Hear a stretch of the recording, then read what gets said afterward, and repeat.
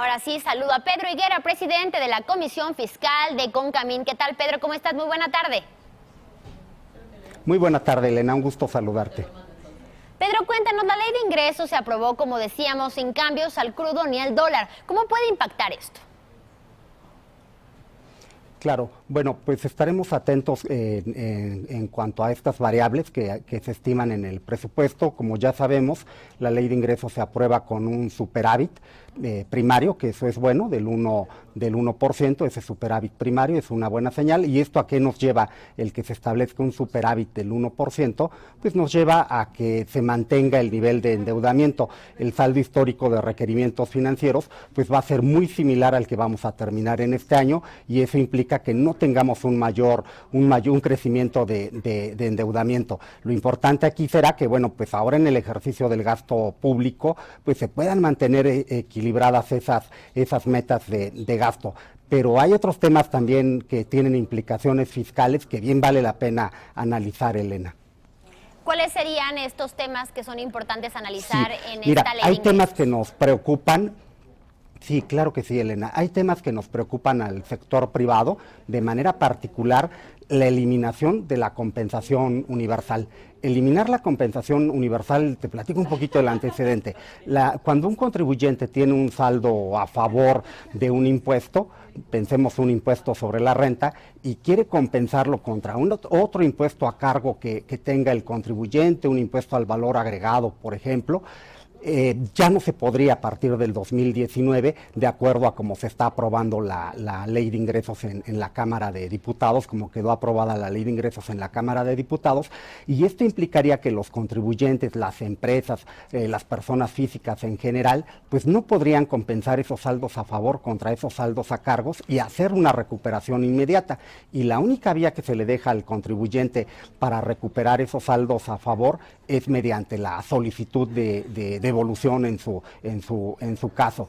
Y bueno, hay que tener presente que los procesos para obtener una devolución de un saldo a favor llevan su tiempo, no son tiempos reducidos, se pueden llevar incluso cuando hay un proceso de revisión hacia el contribuyente de ejercicio de facultades, pues se puede llevar hasta 9 meses la revisión, más los tiempos de autorización y todo. La autorización y el proceso se puede llevar hasta un año. Esperar un año a obtener una solicitud de devolución es un tiempo bastante prolongado.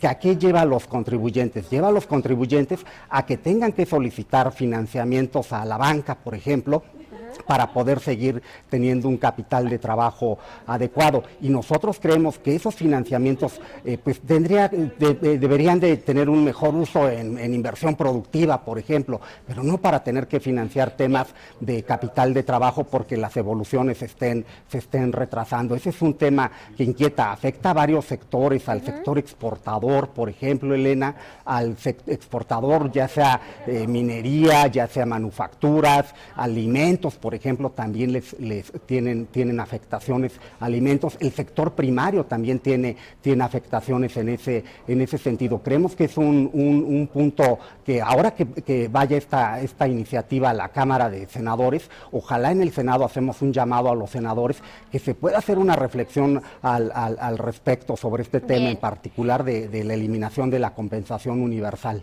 Y ahora, como sabes, el crecimiento económico planteado por Hacienda es del 2%. ¿Consideras que es realista?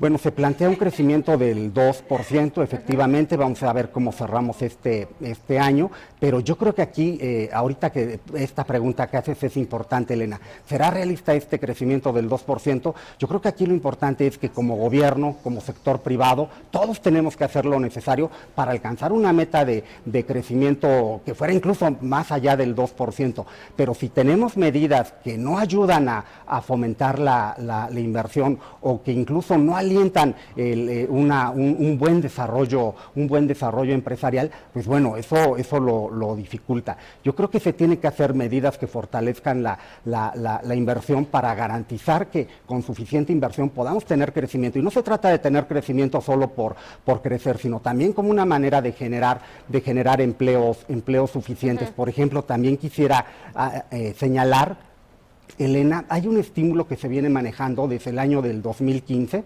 septiembre del 2015, un estímulo fiscal de deducción inmediata de inversiones. Y son para empresas pequeñas, empresas que facturan hasta 100 millones de ingresos, y si generan inversión nueva en maquinaria, por ejemplo, que es inversión productiva, si generan inversión en maquinaria, en inmuebles, por ejemplo, bueno, pues esas empresas tienen la oportunidad de ejercer deducción inmediata, deducir en un año la inversión en lugar de hacerlo en varios años. Ese es un estímulo importante que se viene dando desde septiembre del 2015, está vigente todavía el 2018, al 31 de diciembre del 2018. Desafortunadamente, en la ley de ingresos que se aprueba ahora, que se aprobó ya en la Cámara de Diputados, no se contempla un estímulo fiscal de deducción inmediata. Esa es otra afectación, y ojalá que se pueda considerar, sí, otro punto importante, porque fomentar la inversión ayuda a generar empleos. Ahora, este estímulo que viene desde septiembre del 2015, como quiera que sea, la recaudación ya había asimilado todos los efectos en el paquete económico. Pedro, uno de los principales puntos que causó disgusto entre la oposición es que no se modificó el IEPS para reducir el costo de la gasolina, aunque Andrés Manuel López Obrador ya ha prometido que no habrán gasolinazos. ¿Crees que esta promesa podría cumplirse cuando no se hizo ninguna modificación con el IEPS? Bueno, hay que recordar que efectivamente la ley del IEPS prevé varias cuotas de impuestos a los combustibles, al diésel, gasolinas, en fin, pero también desde el año anterior, desde 2017, existe un estímulo fiscal que viene equilibrando ahí, dependiendo el comportamiento del precio de los combustibles, es como se comporta ese estímulo fiscal. Seguramente ya es una facultad ahí del Ejecutivo, seguramente harán lo necesario para seguir manteniendo mediante este estímulo fiscal que existe al IEPS, mediante decreto presidencial, seguramente harán lo necesario para poder controlar ahí el tema del IEPS, el Impuesto Especial sobre Producción y Servicios, y eso no repercute en mayor medida en los combustibles. Y ahorita que abordas el tema de combustibles, hay otro punto importante ahí que preocupa también en el sector industrial, que es relevante y que quisiera señalarlo, Elena. Claro. Y me refiero al siguiente: hay un estímulo de IEPS por todos los consumos que hay de diésel, pues en la industria se usa maquinaria, en el transporte, por ejemplo, público o privado, las empresas tienen sus propios equipos de transporte, sea de carga, sea de personal. Bueno, todo este diésel que se consume, hay un estímulo que viene de muchos años, y que se permite que una parte del impuesto especial sobre producción y servicio que se causa derivado del consumo del diésel, se pueda acreditar de manera directa contra los pagos provisionales de impuestos sobre la renta de los contribuyentes, incluso las retenciones de impuesto.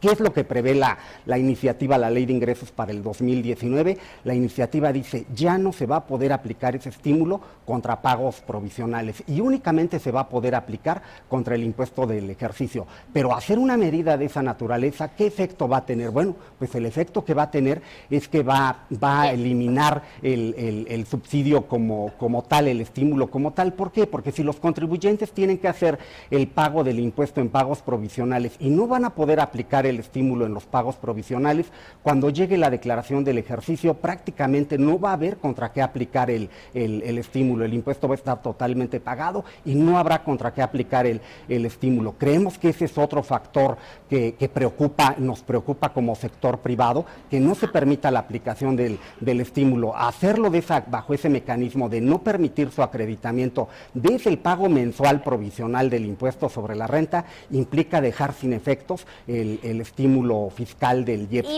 Y nos preguntamos, bueno, pero ¿qué importancia tiene el estímulo? Yo quisiera señalar dos factores de por qué sí es importante el ahora que nos digas fiscal. Coméntanos lo del estímulo fiscal, y ahora también quisiera preguntarte sobre de cómo se prevé que los ingresos presupuestarios vengan de la mayoría del cobro de impuestos, que nos digas si esto es viable o no. Sí, con todo gusto. A ver, el tema, ¿por qué es importante el estímulo? El año pasado hubo un incremento significativo en los combustibles, y ese incremento significativo que hubo en los combustibles, una manera de atenuar el incremento en los costos en la industria, principalmente en el transporte, fue mediante el otorgamiento de este estímulo. Eliminar el estímulo, pues tendría una afectación en los costos para la industria, para la prestación de servicios